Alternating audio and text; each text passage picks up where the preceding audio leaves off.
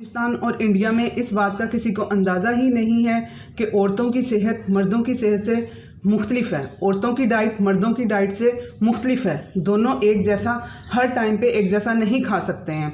और यहाँ पर उल्टा ही हिसाब है। यहाँ पर मर्दों को, लड़कों को, बेटों को ज़्यादा प्रायोरिटी दी जाती है, उनकी डाइट की तरफ ज़्यादा फोकस किया जाता है। हर एक की सेहत ज़रूरी है, लेकिन औरत की सेहत, औरत के एनर्जी लेवल ज़्यादा ज़रूरी है कि वो अच्छे हों, क्योंकि वो पूरे घर को देख रही होती हैं। अगर उनकी हेल्थ ही ठीक नहीं होगी, उनके साथ इतने ज़्यादा अंदर उनके ख़राबियाँ चल रही होंगी, उनके एनर्जी लेवल डाउन जा रहे होंगे, वो कैसे अपने घर को और अपने बच्चों को लेके वो चल सकती हैं? किस तरह से मैनेज कर सकती हैं? वो मैनेज तो कर रही होंगी, लेकिन ख़ुद को वो अंदर से डैमेज कर रही होंगी। ठीक है। और ये हार्मोन्स ही हैं जो मर्दों और औरतों की डाइट में डिफरेंस पैदा करते हैं। अब फास्टिंग, आजकल रमज़ान चल रहा है, अब रोज़े जौन से हैं वो औरतों और मर्द की खुराक जौन सी है सहरी में, इफ्तारी में एक जैसी नहीं होगी। और ख़ास तौर पे पीरियड्स जिन बच्चियों के छोटी बच्चियों की, मुझे ज़्यादा टेंशन छोटी बच्चियों की है, क्योंकि आजकल के दौर में पता है क्या हो रहा है? मूड स्विंग्स, मेनोपॉज की तरफ जाने वाली औरतें, उनके और इसके अलावा जो मेनोपॉज की तरफ नहीं भी जा रही हैं, यंग औरतें हैं और यंग बच्चियां हैं जिनके पीरियड्स माहवारियाँ आ चुकी हुई हैं, ठीक है, उनके मूड स्विंग्स बहुत ज़्यादा आ रहे हैं। मेरे पास कंसल्टेंसी के लिए जो औरतें अपनी बच्चियों को लेके आती हैं, वो बताती हैं बहुत चिड़चिड़ापन इसमें आ गया हुआ है। पहले तो ये ऐसे नहीं थी, ये कुछ अर्सा हुआ है, कुछ साल हुए हैं, ये चिड़चिड़ापन आ गया हुआ है, और वो अपनी स्टडी को भी ये मैनेज नहीं कर पा रही है, अपने दूसरे मामलात को मैनेज नहीं कर पा रही है, अपने बहन भाइयों के साथ इसका रिलेशनशिप जो है वो ख़राब होता जा रहा है, फादर की नज़र में इस होता जा रहा है कि इसको क्या हो रहा है। तो वो आप लोगों को थोड़ी सी तवज्जो देने की ज़रूरत है कि मैं कहती हूँ कि मेनोपॉज के लिए सबसे पहला सिम्टम हॉट फ्लैशेस नहीं है, सबसे पहला सिम्टम इरिटेबिलिटी, चिड़चिड़ापन। ठीक है। आप अपने बच्चियों पे भी नज़र रखें, अपनी बच्चियों पे रहम खाएं, क्योंकि यहाँ पर कंसल्टेंसी के लिए आ रही हैं बच्चियाँ, शादीशुदा बच्चियाँ जिनके मिसकैरेजेस हो रहे हैं, जिनके बच्चे पैदा नहीं हो रहे, और ससुराल में उनको कितने ज़्यादा इश्यूज़ आ रहे हैं, और अब उनको थोड़ी अवेयरनेस आ रही है। जब मेरी वीडियोज़ उनकी नज़र के सामने गुजरती हैं तो फिर वो अपनी बच्चियों के लिए वो लेती हैं कंसल्टेंसी, तो फिर तब जाके उनको थोड़ी अवेयरनेस आ रही है। तो प्लीज़ आप लोग, अगर कोई मर्द ये मेरा वीडियो देख रहे हैं, अपनी घर की औरतों के साथ ये वीडियो शेयर करें, ताकि उनको पता चले कि उन्होंने किस तरह से अपनी हेल्थ को कंट्रोल करना है। PCOS, PCOD, इसका सलूशन मेडिकेशन नहीं है। यहाँ पर अनमैरिड बच्चियाँ आ रही हैं जिनको PCOS का इशू है और उनके ऑपरेट तक हो चुके हुए हैं, मेडिकेशंस, हार्मोनल उनको टैबलेट्स दी जाती रही हैं, जिसकी वजह से उनका मज़ीद वो सिस्टम उनका ख़राब हो गया। देखो, जब आप लोग इंसुलिन रेजिस्टेंस का एक कंसेप्ट मैंने आप लोगों को दिया हुआ है, मेरी वीडियोज़ जो लोग सुनते हैं उनको आइडिया होगा इंसुलिन रेजिस्टेंस क्या है, कि जब आप लोग ज़्यादा खाते हो, यानी कि बार बार खाते हो और ज़्यादा खाते हो और शुगरी चीज़ें ज़्यादा खाते हो, तो फिर इंसुलिन जो सी है वो बार बार आना बंद हो जाती है और बॉडी इंसुलिन रेजिस्टेंस हो जाती है। ठीक है।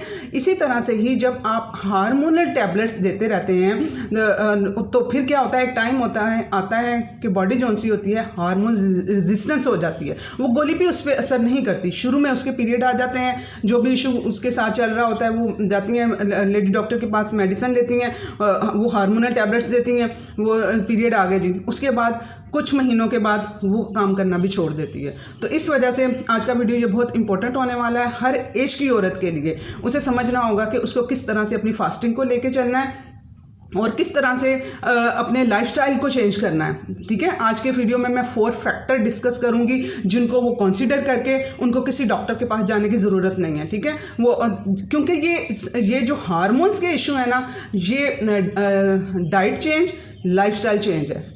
आप लोग ये 2 चीज़ें चेंज करेंगे तो आप लोगों के इशू सॉल्व हो जाएंगे इंशाल्लाह ताला। अस्सलाम वालेकुम, welcome to listen your body show. मैं अपनी health, disease, exercises, nutrition study की बेस पे लोगों की हेल्प कर रही हूँ, उन लोगों को अवेयरनेस दे के। अब आएँ आप लोग भी हमारे साथ वीडियोस को सुने, समझें, अपनी हेल्थ को यहाँ से उठा के यहाँ पे लेके जाएं। समझ तभी आएगी जब आप लोग सारी वीडियोस को सुनेंगे, समझेंगे कि करना क्या है, हो क्या रहा है। सिर्फ खाने वाली वीडियो मत पकड़ा करें। खाने वाली वीडियो को देखती हैं, पकड़ती हैं, हमें तो ये सूट नहीं करता, हमें तो इस चीज़ से एलर्जी हो जाती है। पूरी वीडियोस तो सुने, जिस तरह से लेमन वाटर का फॉर एग्जांपल आपको मैं दे रही हूँ, कि भाई जी मुझे तो वो एलर्जी करता है। लेमन वाटर पे मैंने 2 वीडियोस बनाई हैं, आपको वो दोनों सुननी होंगी, ठीक है। शायद वो दूसरी वीडियो सुन के आपको समझ आ जाए कि मैं कहाँ गलती कर रही हूँ। तो ये इसलिए सारी वीडियोस को सुनना शुरू करें थोड़ा थोड़ा टाइम दे के, ताकि आप लोगों को पता चले कि आप लोगों को करना क्या है। अब यहाँ पर मैं बात कर रही थी फास्टिंग की, कि औरतों को किस तरह से लेके चलना है अपने फास्टिंग डेज में अपने आप को, अपनी डाइट को, ठीक है। अब यहाँ पर मर्द जो सा होता है पूरे दिन में एक हार्मोन को कंट्रोल करता है, ठीक है। उसके वो एक हार्मोन 15-15 मिनट के बाद उसका रिलीज हो रहा होता है और उसको एनर्जी लेवल दे रहा होता है और उसका सारा सिस्टम चल रहा होता है। जबकि औरत में एक टाइम में टेस्टोस्टेरोन, एस्ट्रोजन, प्रोजेस्टेरोन जैसे हार्मोन्स को एक ही वक्त में वो कंट्रोल कर रही होती है, एक ही वक्त में ऊपर नीचे उसके हार्मोन्स जा रहे होते हैं। और इसके लिए, इन हार्मोन्स के लिए मुख्तलिफ उसको एटमॉस्फेयर चाहिए, यानी कि एस्ट्रोजन और प्रोजेस्टेरोन कह लो कि जुड़वा बहने हैं, एक जैसे ये हार्मोन्स हैं, ठीक है। ये हमारे सेक्स हार्मोन्स हैं तो वो एक जैसे हैं ये दोनों। फ़र्क सिर्फ इतना है कि जो एस्ट्रोजन है उसे मीठा पसंद नहीं है, उसे ग्लूकोज पसंद नहीं है, और जो प्रोजेस्टेरोन है उसको ग्लूकोज पसंद है, वो ग्लूकोज को लाइक करता है। दो बहनें जुड़वा हो सकती हैं लेकिन उनकी चॉइस मुख्तलिफ हो सकती है। इसी तरह से आप इन हार्मोन्स को समझें। अब ये हार्मोन्स दोनों ही ज़रूरी हैं। जब एस्ट्रोजन का लेवल इन दोनों को बराबर होना चाहिए, ठीक है, दोनों को इक्वल होना चाहिए। जब क्या होता है, प्रोजेस्टेरोन का लेवल नीचे आ जाता है, आपकी खुराक में कमी की वजह से, जिनकी वजह से प्रोजेस्टेरोन ने ऊपर जाना होता है तो नीचे आ जाता है। फिर डॉक्टर्स के पास आप लोग जाते हो, वो क्या करते हैं, एस्ट्रोजन को उठा के नीचे ले आते हैं। एस्ट्रोजन को नीचे नहीं लाना है। एस्ट्रोजन भी हमारे लिए उतना ही ज़रूरी है। एस्ट्रोजन क्या करता है, हम लोगों को एनर्जी लेवल देता है, हमारी स्किन को अच्छा करता है। जिन लोगों के ब्रेस्ट साइज छोटे हो रहे हैं, ठीक है, उनमें एस्ट्रोजन की डेफिशिएंसी है। वो समझ रही हैं कि शायद हम लोग कोई क्रीम कंसिस्टेंसी के लिए आती हैं, हमें कोई क्रीम लगाने के लिए दे दें, हमारा ब्रेस्ट साइज जो उनसे वो छोटा होता जा रहा है, हम पहले तो ठीक था, अब समझ नहीं आ रही है, तो आपका एस्ट्रोजन लेवल डाउन हो रहा है। एस्ट्रोजन लेवल इसके लिए चाहिए, अच्छा होना चाहिए। तो इस वजह से हमने एस्ट्रोजन को डाउन नहीं करना है, हमें उसकी भी ज़रूरत है। आप लोग देखें, आप लोग नोट करेंगे, जब पीरियड्स होने से 4 दिन पहले का जो पीरियड ख़त्म हुए आपके, और पीरियड उसके बाद जो आएगा पीरियड 4 दिन पहले का जो पीरियड होगा, उसमें आपके एनर्जी लेवल यूँ अप होंगे, आप हर चीज़ को मैनेज कर रही होंगी।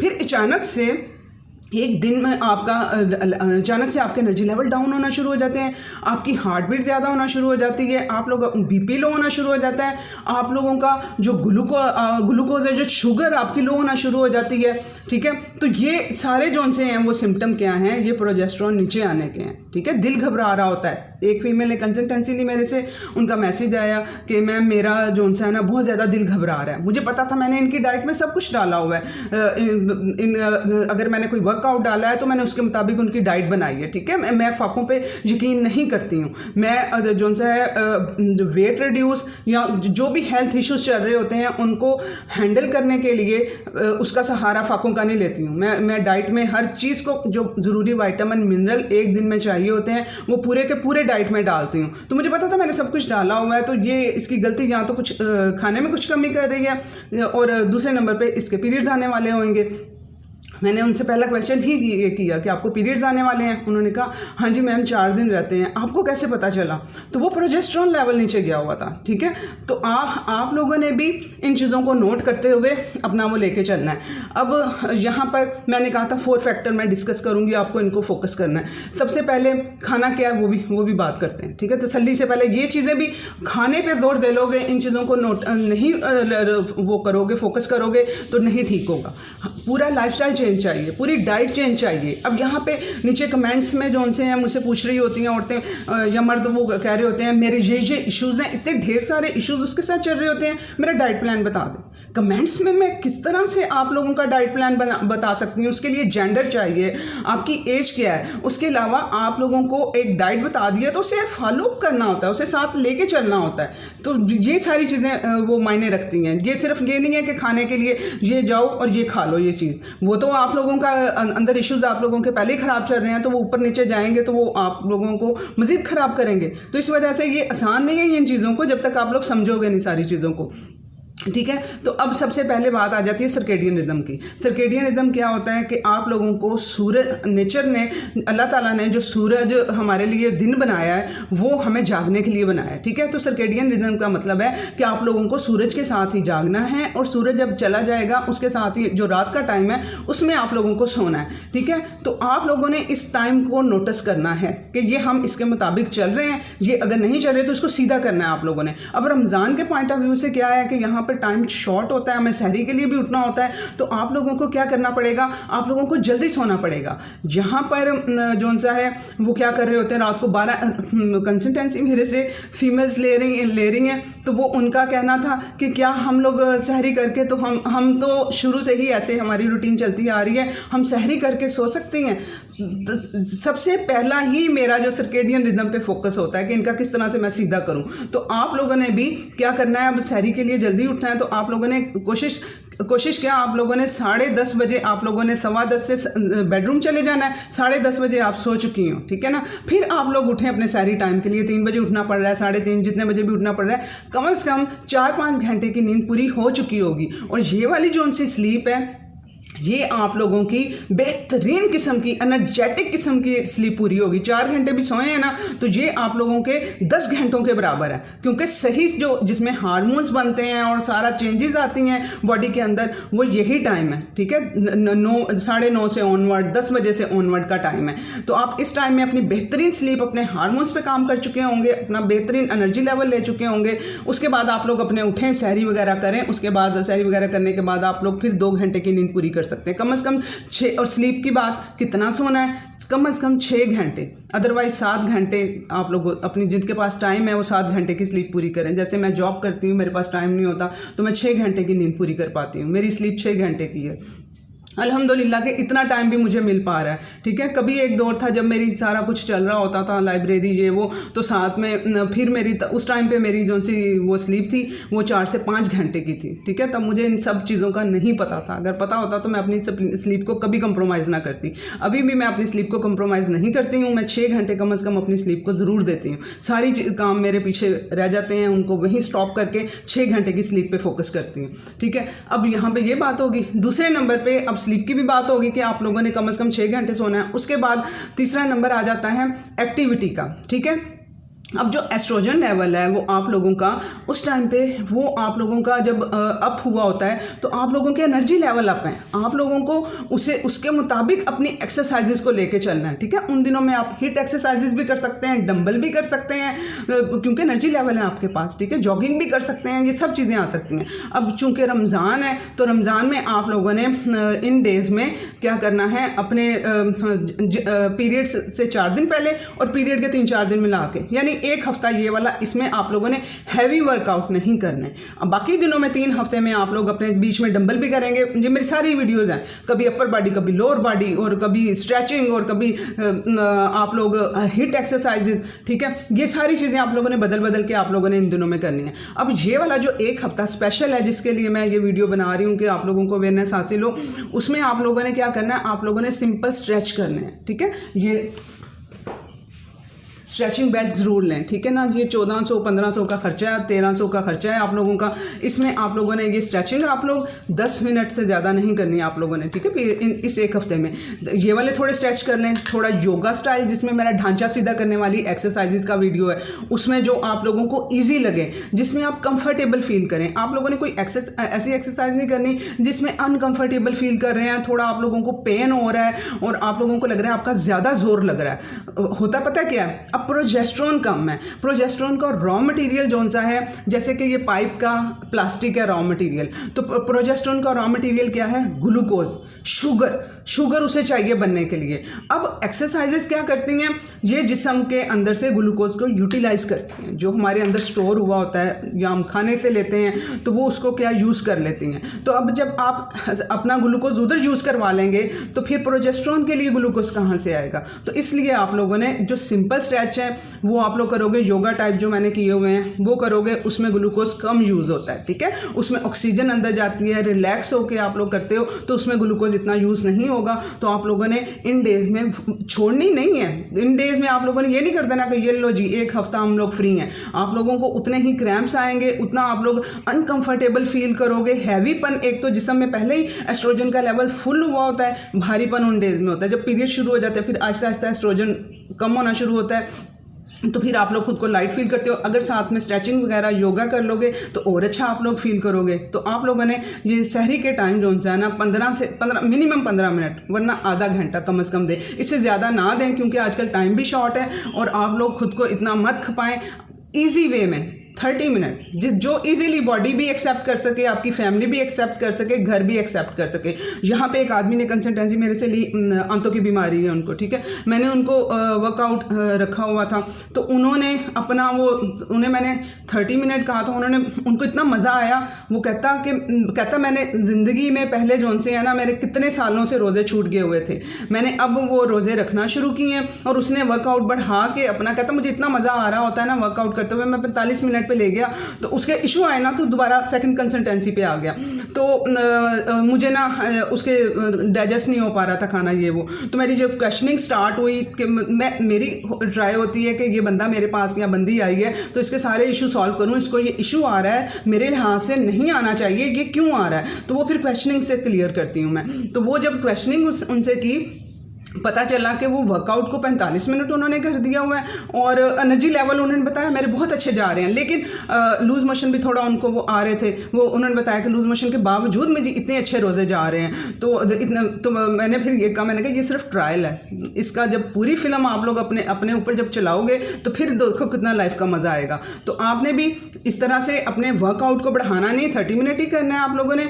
और अपना जो टाइम हर चीज़ रिक्वायर करती है, यानी खाना खाने का टाइम, वो क्या गलती कर रहे थे, खाना 5 मिनट में खा रहे थे, बाकी टाइम नहीं बचता जी। वो सहरी का टाइम हो जाता है तो मैं 5 मिनट लगते हैं खाना खाने में। खुदारा आप लोग अपने खाने को चबा के पुरसुकून होके खाएं। जो आप लोगों ने खाया है उसके मुताबिक जिस्म से एंजाइम ने रिलीज़ होना होता है, ठीक है। तो आप लोगों को कम से कम आधा घंटा लगना चाहिए सहरी करते हुए। पुरसुकून होके आप लोगों ने फोकस करके आप लोगों ने खाना है, क्या खा रहे हैं। एक तो फील भी होंगे और डाइजेस्ट, जब मुंह से ही सलाइवा शामिल होना शुरू हो जाता है और डाइजेस्ट होना शुरू हो जाता है खाना, ठीक है। तो वो जब आप लोग खा रहे होते हो तो वो ब्रेन सिग्नल दे रहा होता है पैंक्रियाज को कि तुम इंसुलिन रिलीज़ करो। वो उसको हमारा जो पित्ता है उसे सिग्नल दे रहा होता है चिकनाई आ रही है खाने में, तुम बाइल प्रोड्यूस करो। इसके अलावा मैदे को सिग्नल दे रहा होता है प्रोटीन आ रही है, तुम एसिड प्रोड्यूस करो, तेज़ाब पैदा करो। तो ये सच में होता है, ये सारी मैंने इस पर बुक्स पढ़ी हैं और ये सच में इस तरह से हमारे एंजाइम रिलीज़ होते हैं हमारे सिग्नल के साथ। तो ये आपने अपनी सिग्नलिंग बनानी है अपने खानों के साथ। आप लोग खा तो रहे हो, वो हेल्दी खाने भी आप लोग खा रहे हो, लेकिन नहीं लग रहे हैं क्योंकि डाइजेस्ट नहीं हो रहे हैं, एंजाइम रिलीज़ नहीं हो रहे। तो अपने बाहर से एंजाइम लेने के बजाय अपने एंजाइम रिलीज़ करवाएं। आगे समझ के आप लोगों ने कितनी वर्कआउट इन दिनों में करना है और किस तरह से। अब आ जाती है बात खाने पीने की, ठीक है। आप लोगों ने क्या करना है, अब रोज़े चल रहे हैं, अब ये 4 दिन पहले आप लोगों को मीठे की क्रेविंग भी आप लोगों को होती है। तो आप लोगों ने ये इसी वजह से होती है क्योंकि ग्लूकोज चाहिए होता है ना। मैंने बताया कि प्रोजेस्टेरोन उन दिनों में बढ़ना होता है। तो जो इन औरतों को प्रेग्नेंट नहीं हो पा रही हैं तो वो उनका प्रोजेस्टेरोन लेवल, उनका एग बनने के लिए उनका वहाँ पर प्रोजेस्टेरोन लेवल का अच्छा होना चाहिए। तो जब आप लोगों का ये ठीक नहीं होगा तो आप लोगों के वो अच्छे से वो नहीं बन पाएगा प्रोजेस्टेरोन। तो आप लोगों ने अपने इसको किस तरह से अब ठीक करना है, आप लोगों ने ग्लूकोज, अब ये नहीं शुगरी चीज़ें खाना शुरू कर देनी, शुगर खाना शुरू कर देनी, गुड़ खाना शुरू कर देना है, नहीं। आप लोगों ने नेचुरल कार्ब्स लेने हैं, ठीक है।